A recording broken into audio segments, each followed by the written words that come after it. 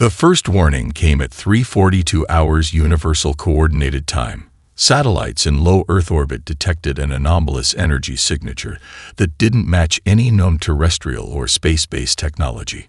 Dr. Elena Rodriguez, the lead scientist at the Global Space Monitoring Center, leaned closer to the holographic display, her coffee forgotten and growing cold beside her. "This can't be right," she muttered, her fingers dancing across the touch-sensitive interface. The energy readings were unlike anything she had ever seen. Massive power signatures that seemed to bend the very fabric of space-time. Her team of researchers gathered around, their collective breath held in a mixture of scientific curiosity and growing apprehension. Thousands of miles above the planet, the massive invasion fleet of the Zortak Collective emerged from subspace. Sleek, obsidian-black ships stretched across hundreds of kilometers, their hull designs a testament to millennia of technological advancement. Captain Vexnar stood on the bridge of the lead battlecruiser, 3 of his 4 eyes focused on the approaching blue-green planet, the 4th scanning internal system readouts. "Preliminary assessment complete," announced the ship's central intelligence system. "Planetary defenses minimal. Technological development. Stage 2 civilization. Projected conquest time, approximately 72 standard galactic hours." Vexnar allowed himself a moment of satisfaction. Another world would be added to the collective's vast interstellar domain.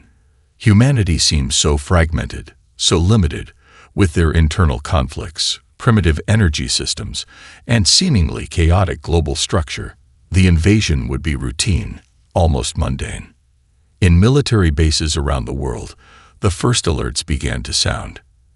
At NORAD's underground command center in Colorado, senior officers stared in disbelief as unprecedented energy signatures appeared on their advanced tracking systems. Radar, satellite imagery, and quantum detection networks all confirmed something massive was approaching. "This is not a drill," announced General Marcus Chen, his voice steady despite the unprecedented nature of the situation. "All global defense networks are now at maximum alert." The first wave of Zortak ships entered Earth's atmosphere with calculated precision.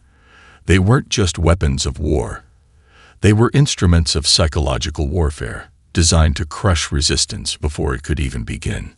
Massive ships cast enormous shadows over major cities: New York, Tokyo, London, Beijing. Each one a deliberate demonstration of overwhelming technological superiority. Communications networks around the world exploded with activity. Social media, government channels, emergency broadcast systems, all lit up simultaneously. But instead of panic, something unexpected began to happen. In a small technology research center in Bangalore, a team of young engineers began analyzing the alien ship signatures. Within minutes, they were sharing preliminary findings across international research networks. In Tokyo, robotics experts started designing adaptive defense protocols.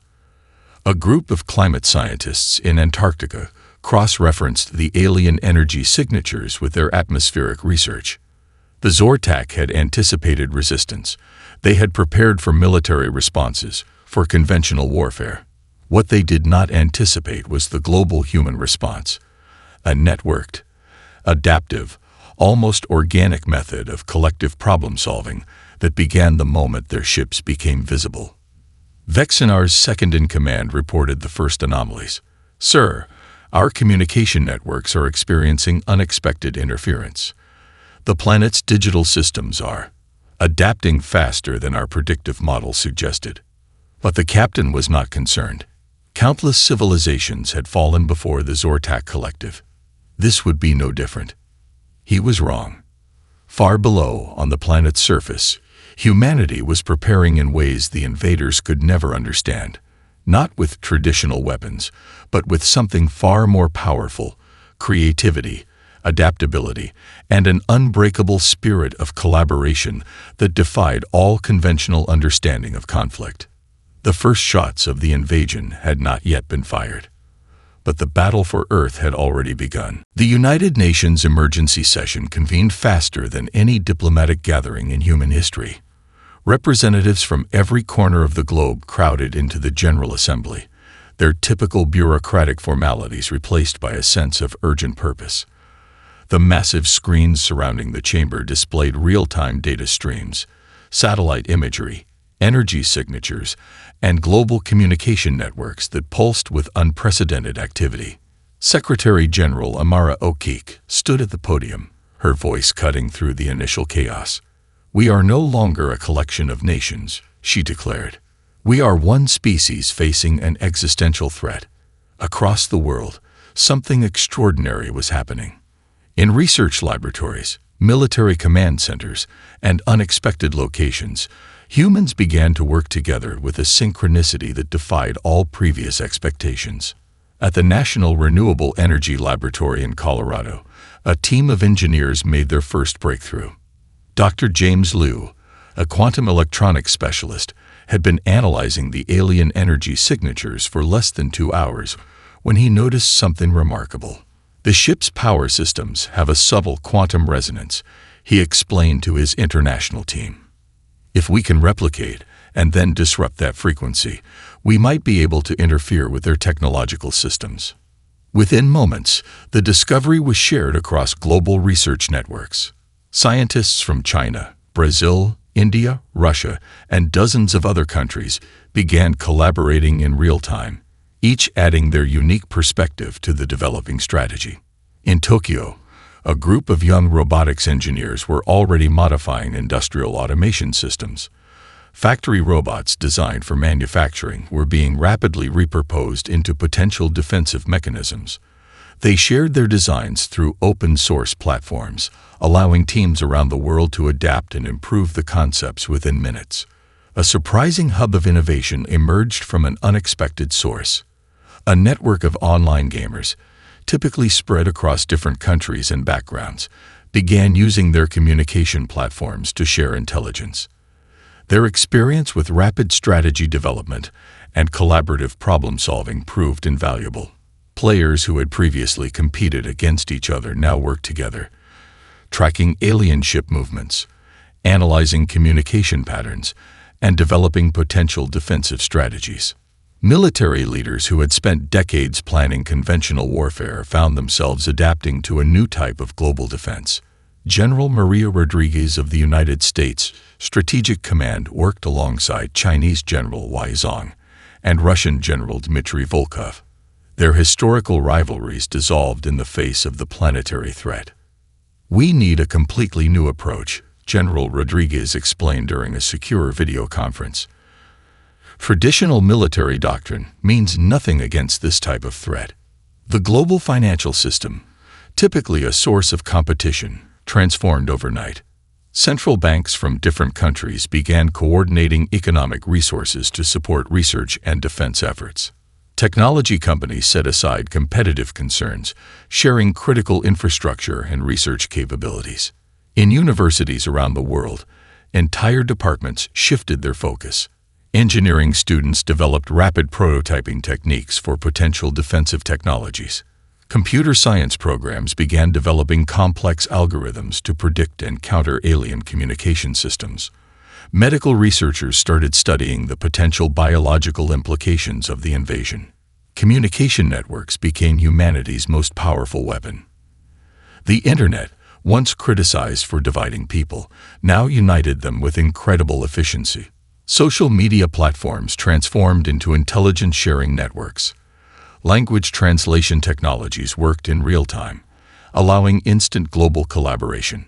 A teenager in Kenya developed a communication interference algorithm that caught the attention of international defense researchers. A retired network engineer in Argentina discovered a method of disrupting alien communication frequencies. A group of climate scientists in Antarctica cross-referenced their environmental data with the alien ship signatures. The Zortak had expected a fragmented, ineffective response. Instead, they encountered a global organism of human intelligence, adaptive, creative, and moving with a speed that defied their most advanced predictive models. As the first day of the invasion drew to a close, humanity had already transformed. No longer a collection of competing nations, they had become something else entirely. a unified, collaborative species facing an unprecedented challenge. The real battle was just beginning. The first true test of human creativity came less than 48 hours after the initial invasion. While military strategists debated conventional defense protocols, ordinary people around the world were already reimagining what resistance could look like. In a small robotics lab near Silicon Valley, a team of graduate students worked with feverish intensity. Dr. Elena Ramirez, leading the group, had spent the last 36 hours without sleep. Her team's latest project transformed consumer drones into a sophisticated network of reconnaissance and defensive units. "We're not just creating weapons," she explained to her exhausted but determined colleagues. "We're building a distributed intelligence system that can adapt faster than any centralized command." Their breakthrough was elegant in its simplicity. By linking thousands of consumer drones through a custom-developed neural network, they created a living, breathing early warning system. Each drone became a node in a massive, self-organizing information grid. When one drone detected unusual energy signatures, the entire network would instantly recalibrate, sharing information faster than the alien systems could track. Halfway around the world, a collective of farmers in the Brazilian countryside were making their own contributions. Agricultural equipment, tractors, harvesting machines, irrigation systems began to be modified into mobile defense platforms. GPS tracking systems were repurposed for targeting. Hydraulic lifts became improvised weapon mounts. Where the military saw limitations, these farmers saw possibilities. Carlos Oliveira, a third-generation soybean farmer, led a team converting a fleet of agricultural drones. These machines were designed to monitor crops, he said with a determined smile. Now they'll monitor something much more important. In manufacturing centers across the globe, industrial production lines transformed overnight.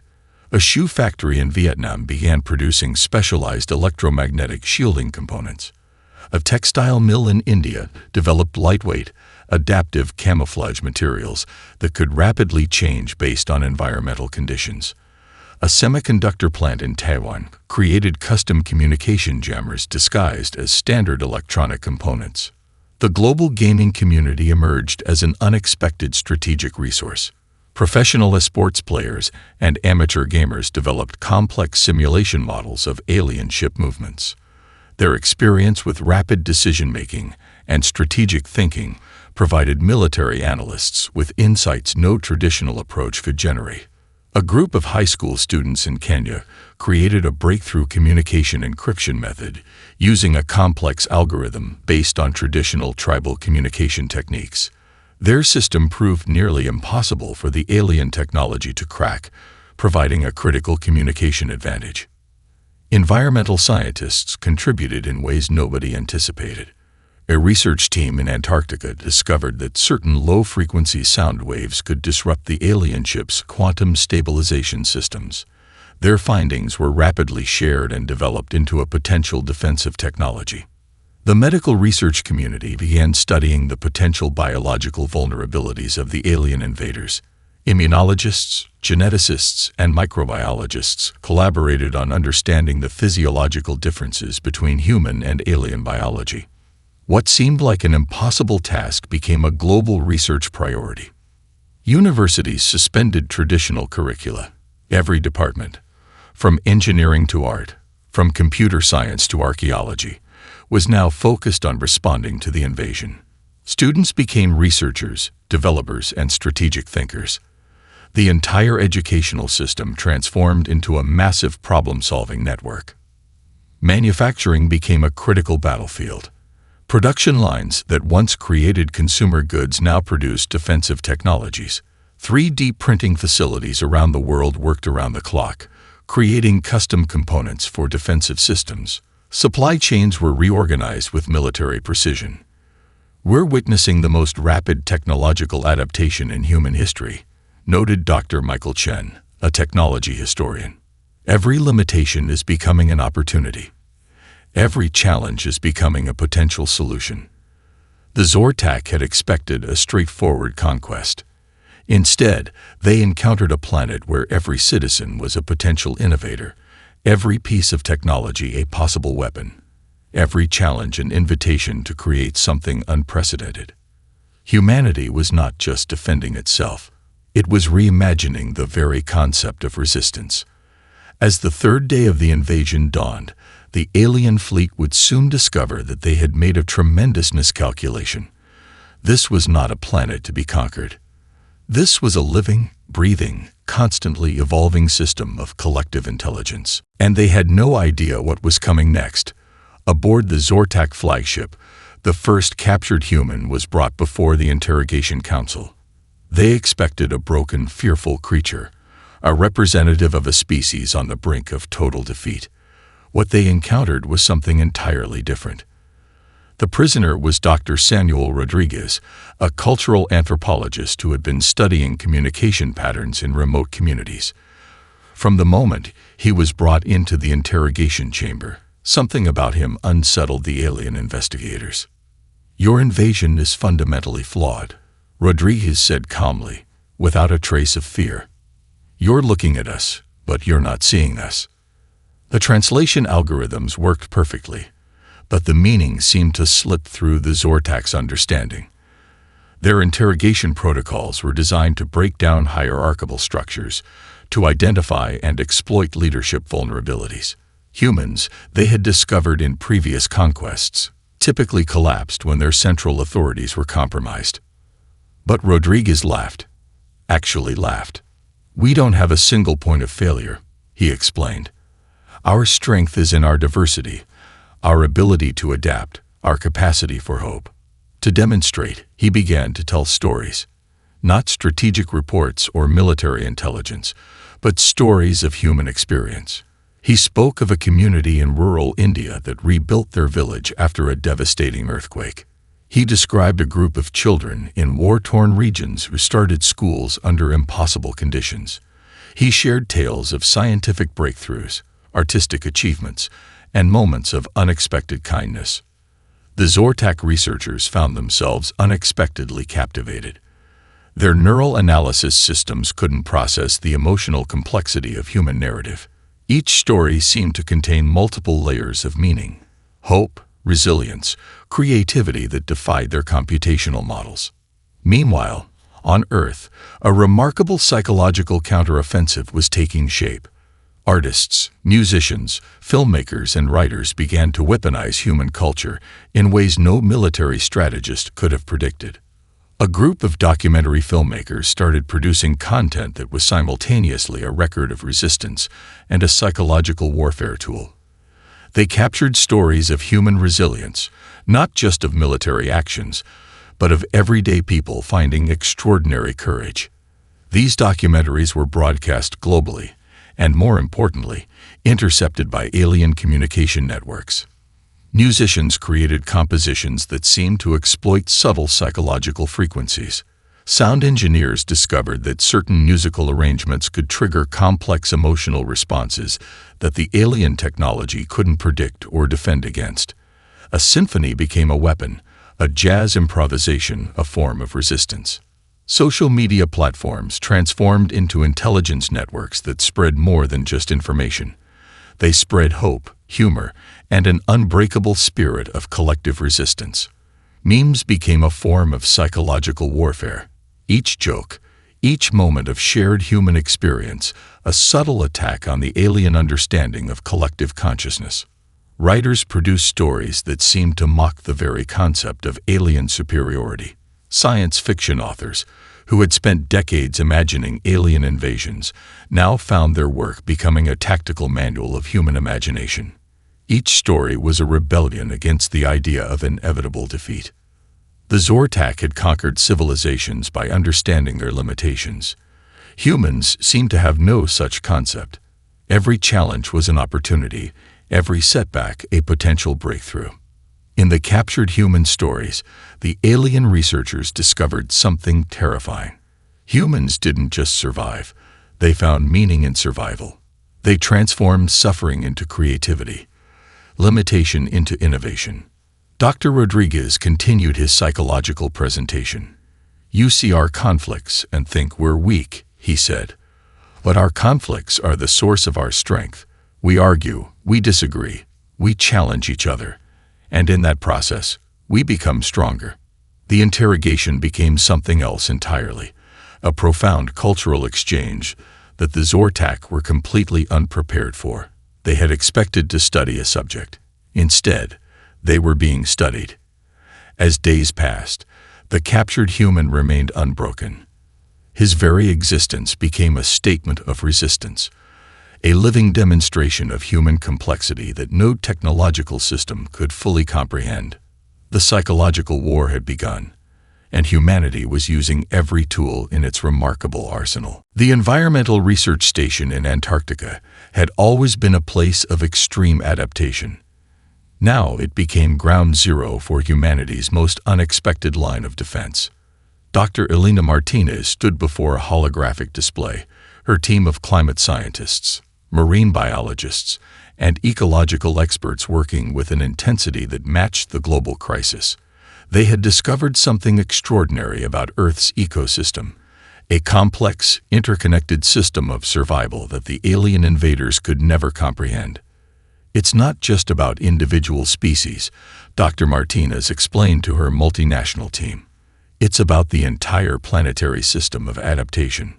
Their breakthrough came from studying extremophile organisms, life forms that survived in the most impossible conditions, bacteria that lived near hydrothermal vents, microorganisms that thrived in Antarctic ice, plant species that could regenerate from seemingly total destruction. These were not just scientific specimens, they were models of resistance. The team began developing a revolutionary approach. Instead of traditional defensive technologies, they started creating adaptive systems that mimicked Earth's natural resilience. Camouflage technologies inspired by Arctic lichens, communication networks modeled after mycelial fungal systems, energy collection methods based on photosynthetic processes. In the Amazon rainforest, an entirely different form of resistance was taking shape. Indigenous communities who had survived centuries of external threats began sharing ancient survival techniques that seemed to defy conventional military strategy. Manuel Rodrigues, a leader of a Brazilian indigenous community, led a group of local resistance fighters. They used traditional tracking methods, understanding of local terrain, and generational knowledge of survival to create a guerrilla resistance unlike anything the aliens had encountered. "Our ancestors survived colonization, deforestation, and countless attempts to destroy our way of life," Rodrigues explained. "This is just another challenge." Their methods were brilliant in their simplicity. They used local plant knowledge to create natural camouflage more effective than any technological solution. They understood microclimates and terrain in ways satellite imaging could never capture. Each member of the community became a sensor, a communication node, a potential defender. Universities around the world suspended traditional research. Every department became a potential source of defensive innovation. Archaeology students analyzed historical resistance movements. Linguistic experts developed communication strategies. Art students created visual camouflage technologies. A breakthrough came from an unexpected source. A group of marine biologists discovered that certain whale communication frequencies could disrupt the alien ship's navigation systems. The complex, non-linear communication methods of marine mammals provided a model for adaptive communication that human technology began to replicate. In urban centers, community networks became sophisticated survival systems. Neighborhood groups developed local resource management strategies. Community centers transformed into communication and resource distribution hubs. Every city block became a potential point of resistance. Software developers created distributed computing networks that functioned like biological immune systems. Each computer, each mobile device became a node in a massive adaptive intelligence network. When one part of the system was compromised, the entire network would rapidly reconfigure. The Zortak had conquered civilizations by understanding their rigid structures. Humanity presented something entirely different, a species that saw every limitation as an opportunity, every challenge as a chance for innovation. Quantum physicists discovered that human decision-making processes had a level of quantum uncertainty that made human actions fundamentally unpredictable. Traditional military strategy relied on predictable responses. Humans seemed to operate on an entirely different level of strategic thinking. "We're not just fighting," Dr. Martinez told her team. "We're evolving in real time." Each day of the invasion revealed new layers of human complexity. The aliens had expected a straightforward conquest. Instead, they encountered a planetary system of resistance that defied all their technological understanding. Humanity was not just defending itself, it was reimagining the very concept of survival. As the fifth day of the invasion drew to a close, the alien fleet would soon discover that they had made a fundamental miscalculation about the nature of life, adaptation, and resistance. And they had no idea what was coming next. The Zortak leadership convened in their primary command chamber, a vast crystalline space that pulsed with technological interfaces. What had begun as a routine planetary conquest was rapidly becoming their most complex challenge in millennia. Chief Strategist Vexnar reviewed the accumulated data with growing unease. Their predictive models had completely collapsed. Every strategic approach they had developed over centuries of interstellar conquests was failing against this single, seemingly primitive planet. "Analyze the data again," he commanded the Central Intelligence System.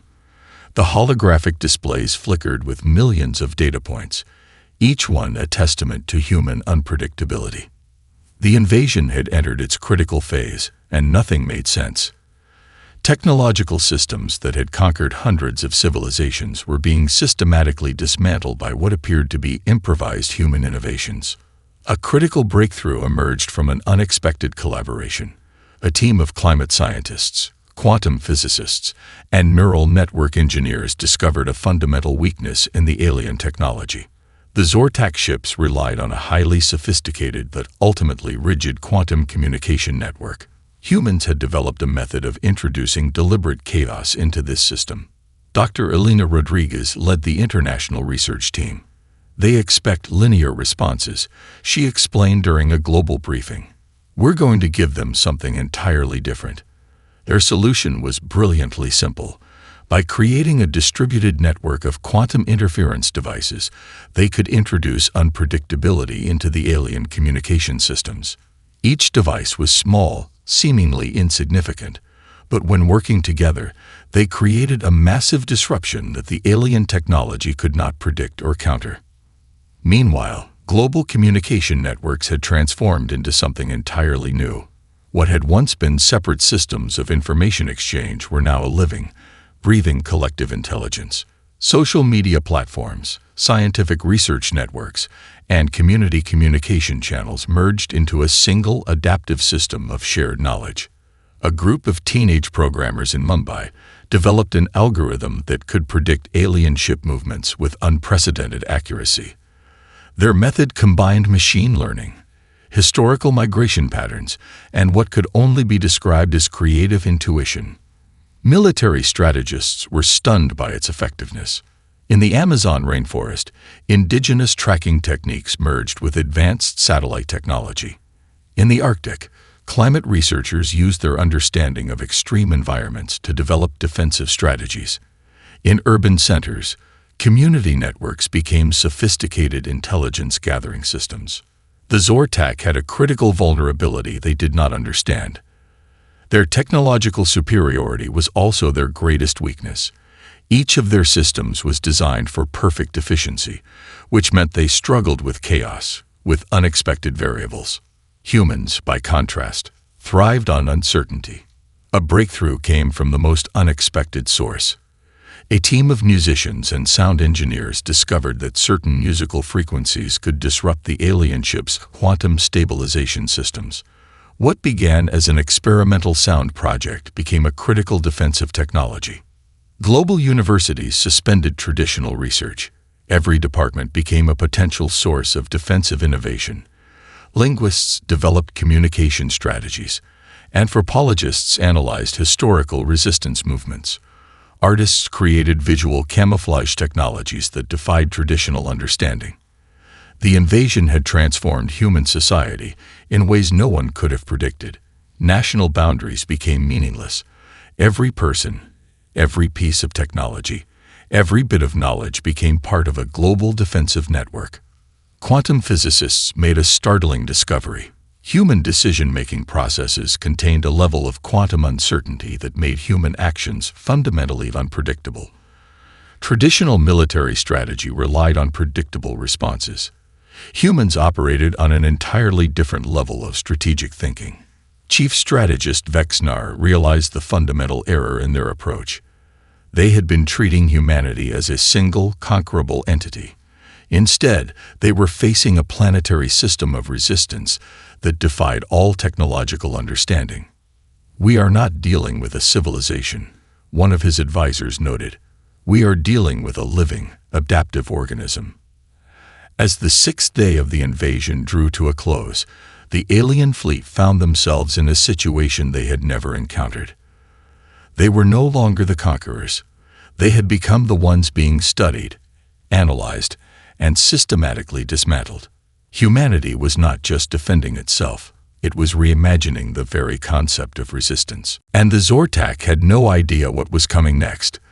The global counteroffensive began with a symphony of human innovation that defied all conventional understanding of warfare. Command centers around the world had transformed into something entirely new.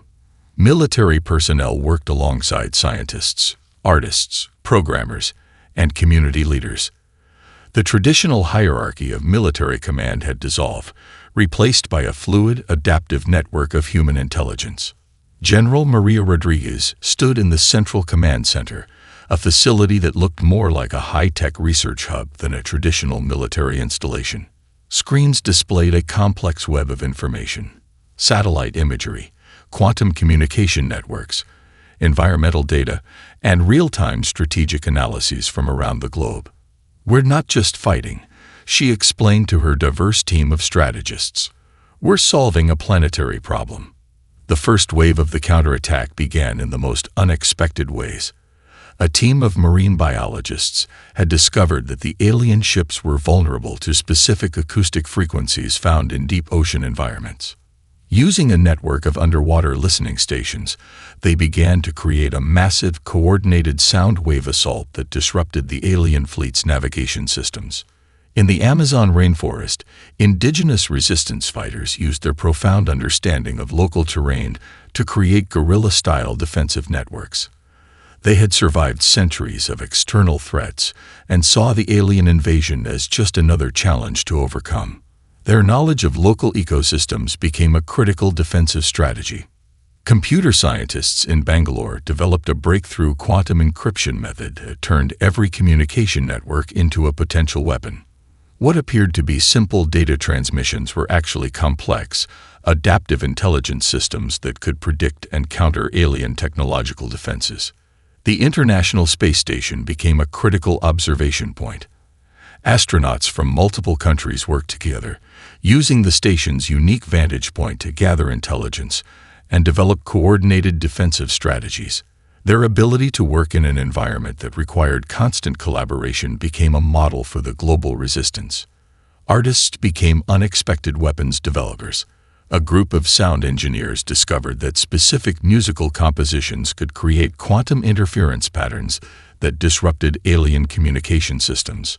Visual artists developed camouflage technologies that went beyond traditional understanding of concealment.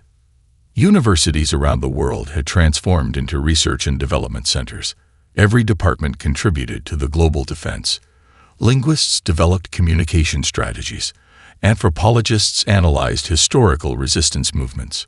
Quantum physicists developed new understanding of the alien technology's fundamental weaknesses.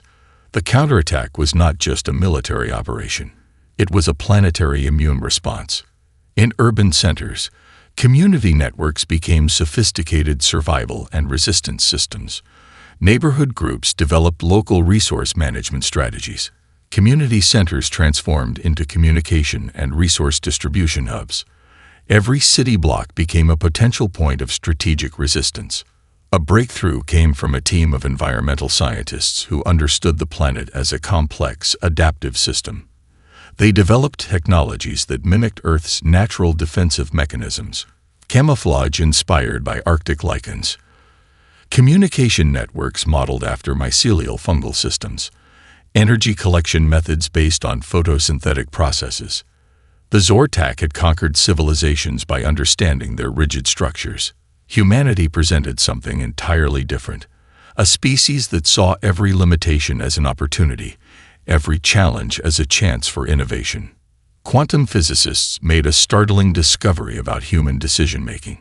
The human brain contained levels of quantum uncertainty that made human actions fundamentally unpredictable.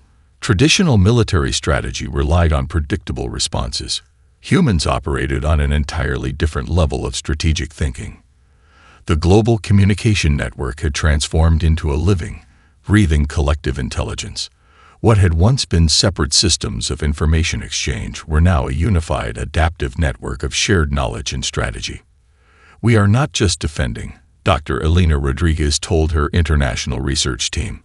"We are evolving in real time." Each moment of the counterattack revealed new layers of human complexity. The aliens had expected a straightforward conquest. Instead, they encountered a planetary system of resistance that defied all technological understanding. The counteroffensive was a testament to human potential, not just a military strategy, but a profound demonstration of collective problem-solving, creativity, and an unbreakable spirit of survival. As the seventh day of the invasion drew to a close, the alien fleet found themselves facing something they could never have anticipated. Humanity was not just fighting back. It was reimagining the very concept of resistance. And they had no idea what was coming next. The silence was deafening.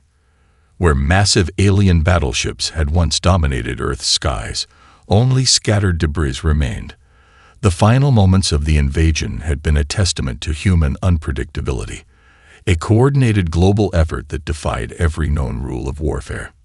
In the Zortak Collective's central archives, the report of the Earth invasion would become a legendary document of failure. Chief Strategist Vexnar's final transmission was a study in profound bewilderment. How could a supposedly primitive species dismantle the most advanced military force in the known galaxy? The global celebration was unlike anything in human history, but it wasn't a celebration of victory in the traditional sense. Instead, it was a collective moment of understanding, a global recognition of what humanity could accomplish when united. Dr. Elena Rodriguez stood before the United Nations General Assembly, her presentation detailing how humanity had survived and ultimately defeated the invasion. "We didn't win through superior technology," she explained. "We won through adaptation, creativity, and an unbreakable spirit of collaboration." The invasion had transformed human society in ways no one could have predicted. National boundaries had become meaningless. Global communication networks had evolved into something far more sophisticated. Universities, research centers, and community groups had developed a level of interconnectedness that would forever change how humans approached global challenges. Scientific discoveries emerged from every corner of the planet. The technologies developed during the invasion would revolutionize multiple fields. Medical researchers had developed new understanding of adaptive systems. Environmental scientists had created breakthrough technologies inspired by Earth's natural defensive mechanisms. Communication experts had developed quantum encryption methods that would redefine global information exchange. In the Amazon rainforest, indigenous communities who had played a crucial role in the resistance became global advisors on adaptive survival strategies. Their traditional knowledge, combined with advanced technology, created a new model of global problem-solving. The Zortak Collective's report became a cautionary tale in galactic diplomatic circles. Their invasion had not just failed, it had fundamentally changed how other civilizations viewed humanity. Diplomatic envoys from across the galaxy began to study Earth, trying to understand the species that had done the impossible. Universities around the world began developing new interdisciplinary programs. Courses merged fields that had previously been separate: quantum physics with environmental science, communication studies with military strategy, art with technological innovation. The rigid boundaries of academic disciplines had been permanently broken. A global peace initiative emerged, born from the collective experience of the invasion. Countries that had previously been in conflict now worked together with unprecedented cooperation. The global communication networks developed during the invasion became a permanent infrastructure of shared knowledge and resources. Space exploration programs received unprecedented funding and support. Humanity had looked beyond its own planet and discovered its true potential. The invasion had been a catalyst, transforming human society from a collection of competing nations to a unified, adaptive species. The technologies developed during the conflict began to solve long-standing global challenges: climate change mitigation strategies, advanced medical treatments, sustainable energy solutions, communication technologies that could bridge cultural and linguistic divides.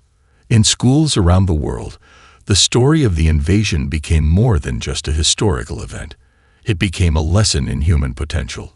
Children learned about the power of collaboration, the importance of creativity, and the strength that comes from embracing diversity. The Zortak Collective would spend generations trying to understand what had happened. Their most advanced predictive models had completely failed to anticipate human behavior. The invasion had revealed a fundamental truth about intelligence that went beyond technological advancement. Humanity was not just a species. It was a complex, adaptive, creative system that could transform challenges into opportunities. Dr. Rodriguez concluded her presentation with a statement that would be quoted for generations. "We didn't just defend our planet. We redefined what it means to be intelligent." As the first interstellar diplomatic missions began to arrive, humanity stood ready. No longer just inhabitants of a small blue planet, they had become something more. A species that could adapt, innovate, and unite in the face of any challenge. The invasion had been a mistake, and humanity had just begun its journey among the stars.